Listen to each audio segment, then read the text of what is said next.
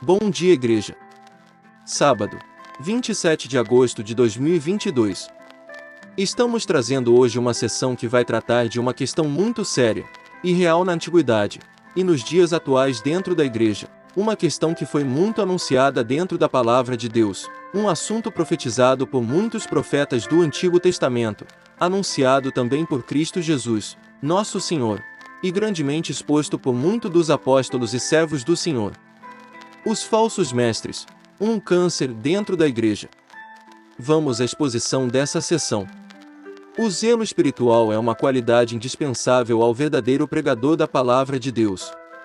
No entanto, esse mesmo zelo tem sido usado por falsos mestres moralistas e farisaicos com fins espúrios. É por isso que os falsos líderes são tão amados e admirados. Eles exercem suas funções eclesiásticas levantando a bandeira do zelo pelas coisas sagradas, quando na verdade, são lobos vorazes em pele de cordeiros. A história bíblica, eclesiástica e teológica é prova contundente que muitos hereges foram grandemente estimados por suas pregações e ensinos moralistas. Louis Berkov escreveu sobre o herege Marcion nestes termos: homem de zelo profundo e de grande habilidade, que labutava no espírito de um reformador.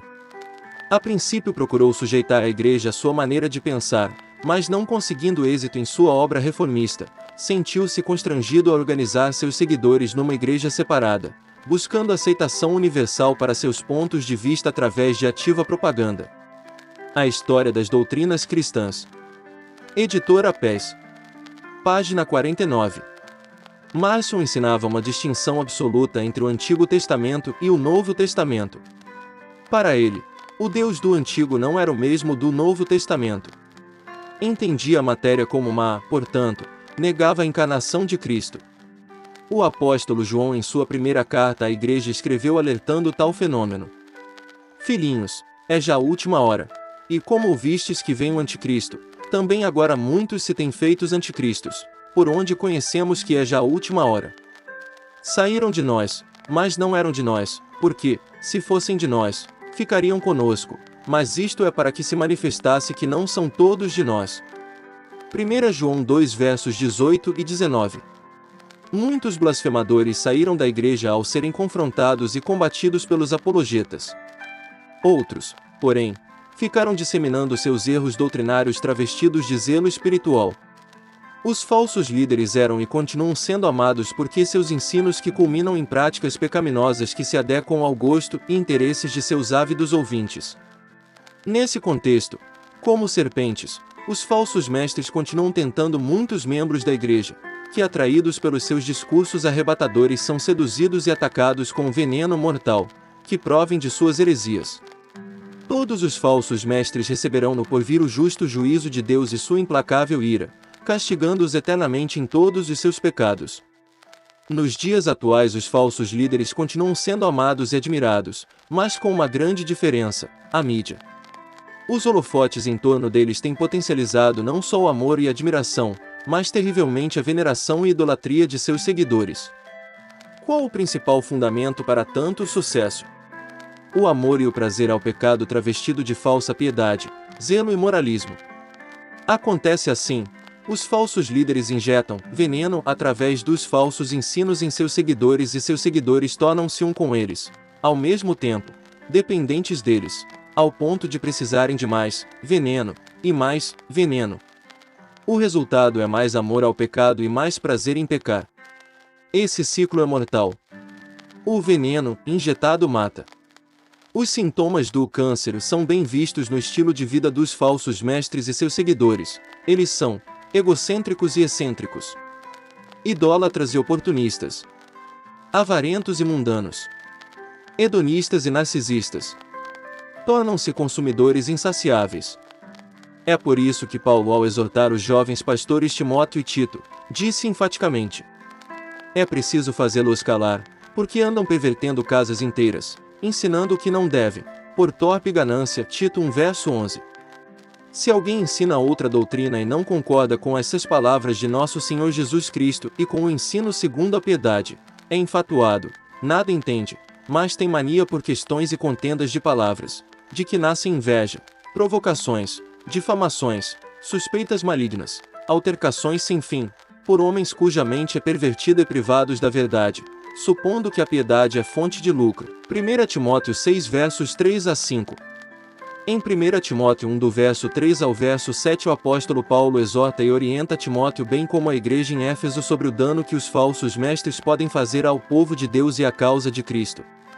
No verso 7 está escrito: pretendendo passar por mestres da lei, não compreendendo, todavia, nem o que dizem, nem os assuntos sobre os quais fazem ousadas asseverações. O verbo pretender no original grego significa querer, ter em mente, desejar muito, estar resolvido. O modo verbal particípio presente deixa claro a ação de continuidade. A voz no original é ativa. Portanto, os falsos mestres amam continuamente o que fazem e não abrirão mão por ativamente amarem serem o que são falsos mestres.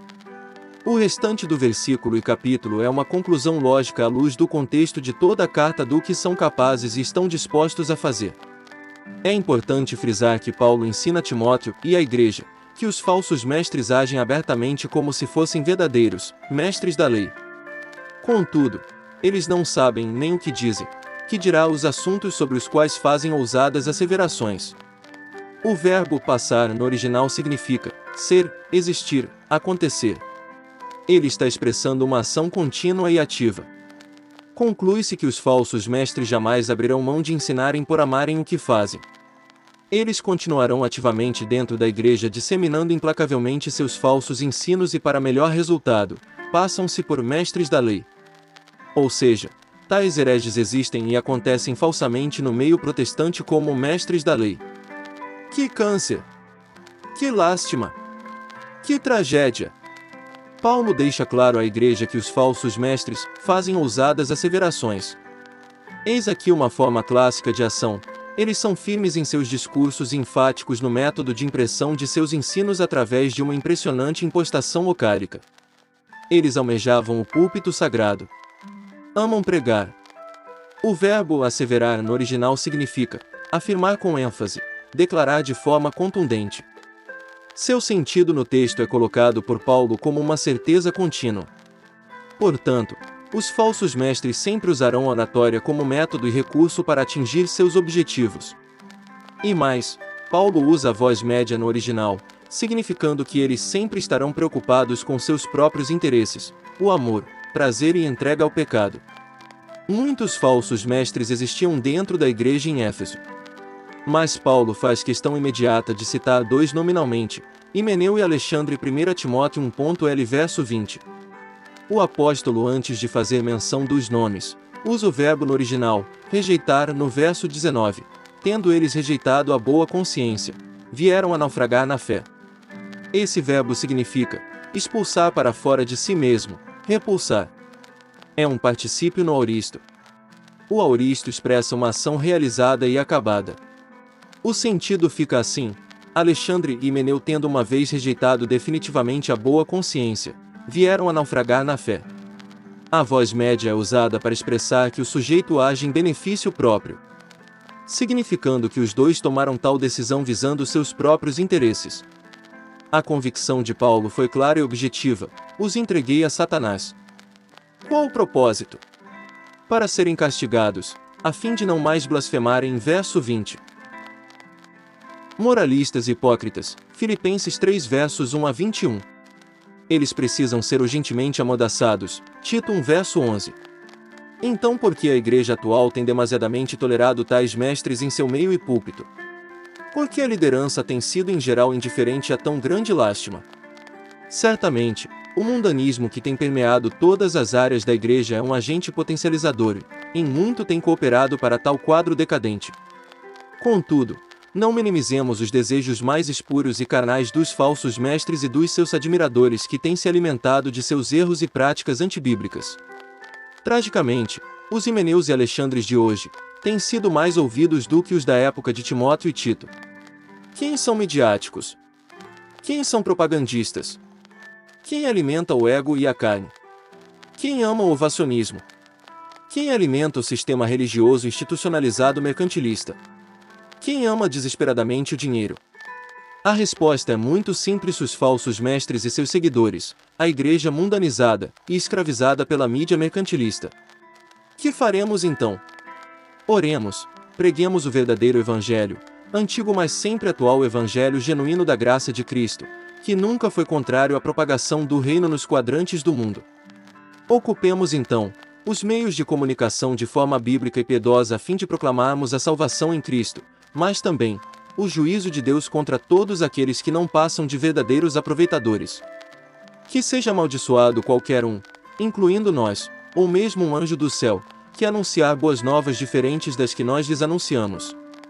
Repito o que disse antes: se alguém anunciar boas novas diferentes das que vocês receberam, que seja amaldiçoado. Gálatas 1 versos 8 e 9.